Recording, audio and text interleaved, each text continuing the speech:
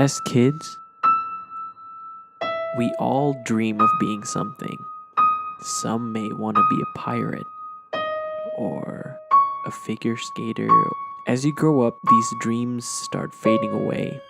Life tells you maybe you don't have the skills, maybe it's actually impossible. But for one kid in particular, this dream never faded. Meet Darryl Payne Jr., also known as Uncle D. Okay. Hey, what's up, Darryl? What's up, bro? How you doing? Want some water? Yeah, man. Got some water. Yeah, you got it. All right, ladies and gentlemen. Today I have here Darryl Payne Jr. What's up? What's up, bro? So, how you doing these days? Living easy. Living easy? What does living easy mean? Living easy, to me, Yeah, to you. that doesn't necessarily mean that everything's cake and it's all unicorns and rainbows. Yeah, It means that I'm just enjoying what I'm doing, taking everything and step at a time, living day by day. So, living easy. Can't really complain about anything because I'm doing what I want to do, and nothing's really stopping that. So, yeah. living easy. So obviously I'm interviewing you because my boy here is training for the Olympics. So tell me a little bit more about that. So the Olympics is a dream that I've had since, let's say, my sophomore, junior year of high school. Yeah. 2008, right before the Chinese Olympic Games. Yeah, Beijing, right? Yeah, Beijing. That kind of just like sparked the whole like dream. You know? Came all together right there, right in the track, thinking about it, talking about it with some friends. What about like the Olympics when you were watching it? What about it sparked that? What lit that flame in you? So, number of things sparked that. So, China started to release the medal designs. Like they started to unveil them, and those were really cool. It's like, man, I gotta get me one of those. Yeah. Then Ralph Lauren released Team USA's like opening ceremony uniforms for all of Team USA that they'd be wearing in the Parade of Nations, and I was like, that's really cool. I want one of those too. Yeah. It's like, how am I gonna get that, without having to pay for it? So, it just kind of like the dream kind of started to take place right there.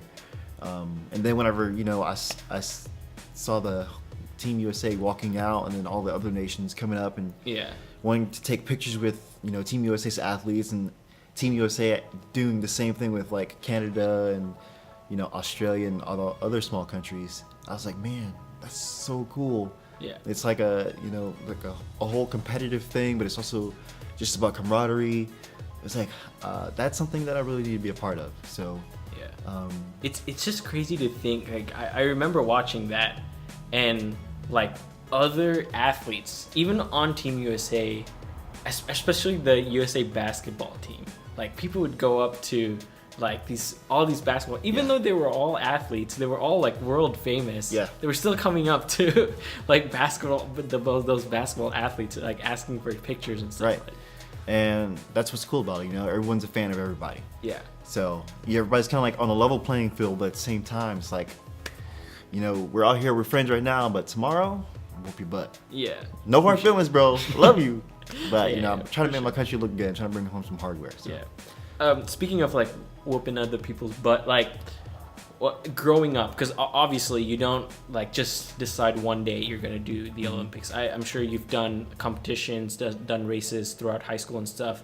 Like, how did you deal with, as an athlete, having friends who are athletes, but friends who are also like your competitors? How did you deal with that? That's a good question. I wouldn't say that I was always an athlete, but I would say that I was always competitive.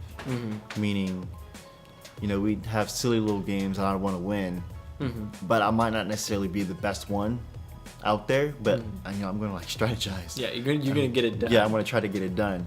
But we just had fun. It wasn't really about a hierarchy or anything. There was no real fastest kid in the neighborhood. There was no, strongest kid in the neighborhood, anything like that. We were just like outside playing, having fun. Yeah, that's how I really handled it. Yeah.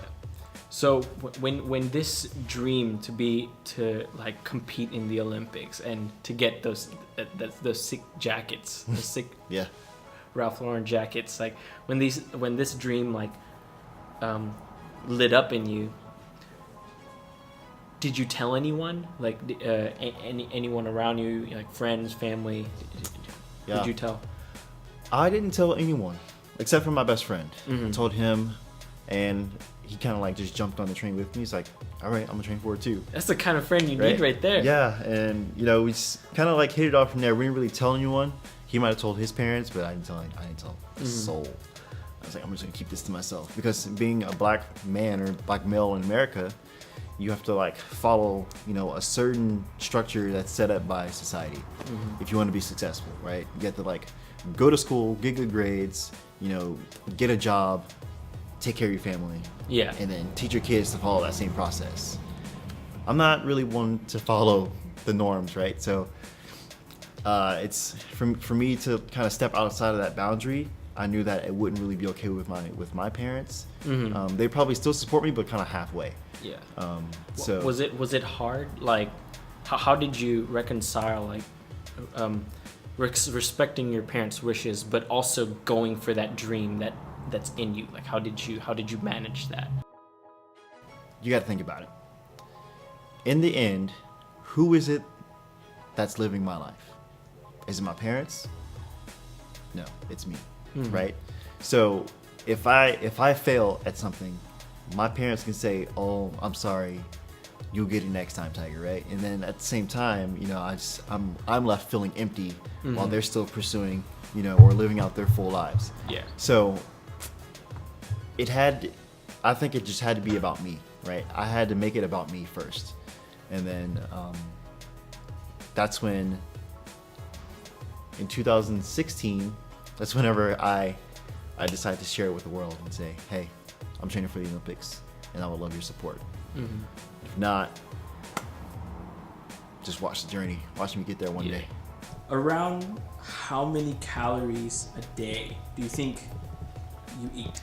Well, that depends on the season that I'm in. In the off season, I get about 4,500 calories a day, and then whenever I'm in season or whenever I'm competing, that amount drops to about 3,000 to 3,500.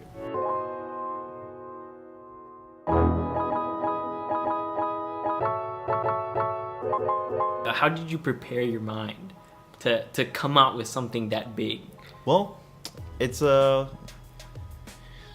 mean, because you know, like, people are gonna, there are gonna people who's either will hate on you for it or look at you crazy. You know, like, what? Who does he think he is? Who does Darryl think he is? Really, Olympic? Yeah. But like, you know, so how do you? Long story short, Jesus. Mm-hmm. You know, I just turned to Jesus. I learned that in college when I was at Baylor. That whenever I'm feeling overwhelmed emotionally, which is when I feel the most vulnerable and just like in complete loss of control of anything, I have to turn to Jesus, and he just puts a rest on my heart that I really just can't explain. You know? Yeah. So you mentioned Jesus. I was like waiting to get to this question. Yeah. So obviously you're a spiritual person. Were you always a spiritual person, or like how did you get to the point where you are right now in terms of your race in spirituality?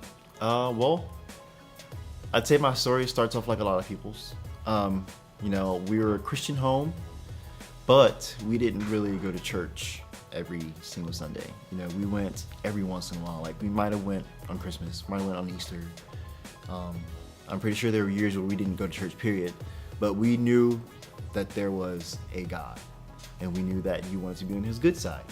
So it's kind of like a Santa Claus thing, you know, be good for the whole year, and then, you know, you'll get a present at the end of the year. But yeah. I had 2 girlfriends when I was younger, and they're not at the same time. Let's just clarify that, right? Yeah, right. Not at the same time.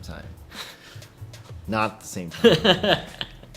But yeah, so they both had a little piece of, you know, pushing me more towards Jesus, you know, in my story. First one just kind of like made me more aware of, you know, God as a person, God wants you to be happy, and He wants to be happy as well. Then my second girlfriend, she was the one who actually got me to go to church every Sunday, and I did that for a year. Went to a Catholic church.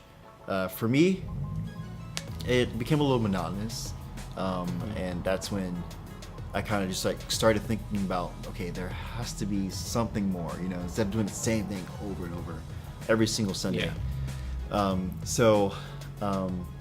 It kind of got like religious-y, and it's like an institution where there's like rules and protocols, and you have to do certain things, certain time.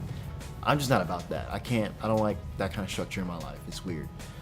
I was just thinking, like, why can't I just read the Bible and do what the Bible says, and have a relationship with Jesus that way. So stopped going to church for a little while, and then went to college at the University of Louisiana my freshman year. Grades started falling. I was just unhappy. So I tried to transfer to University of Texas, but they gave me just a bunch of crap about being an out-of-state student and not like having a certain social studies. I still blame my counselor for sending the wrong transcript, because I had good grades. I had all the requirements. I was following everything I needed since I was in 7th grade for UT, but talk about that later. I'll definitely come back to that. But I was already accepted to Baylor. I got early acceptance to Baylor, and I was like, fine, I'll just go to Baylor. Baylor was actually more of a fit for me than UT was, by like taking like little quizzes and stuff, because it had the one thing UT didn't really advertise. It was a Christian school. So, and I knew that I needed to get closer to Jesus in college. So as soon as I got to Baylor, I was at band camp, and then I went to the track.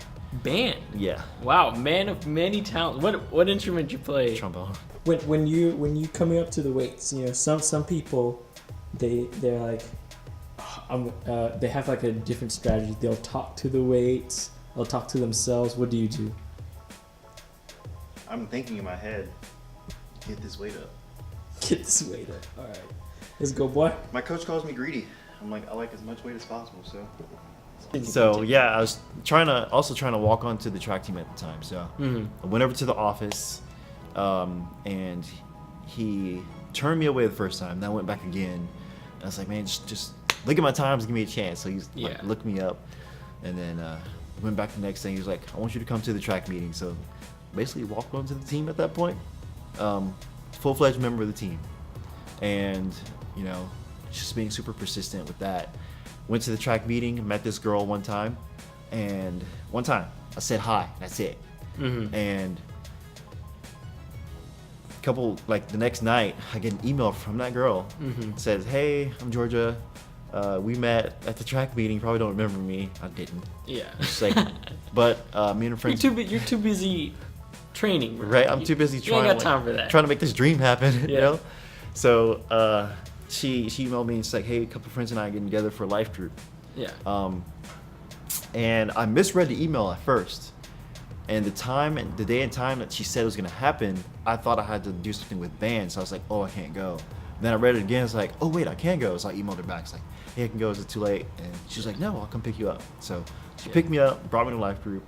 And I met this guy named Nick Florence. And he led me to Jesus probably within the first 30 minutes of life group.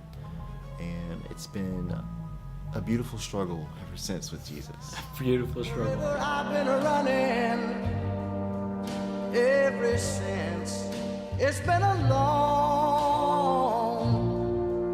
long time coming, but I know a change gonna come.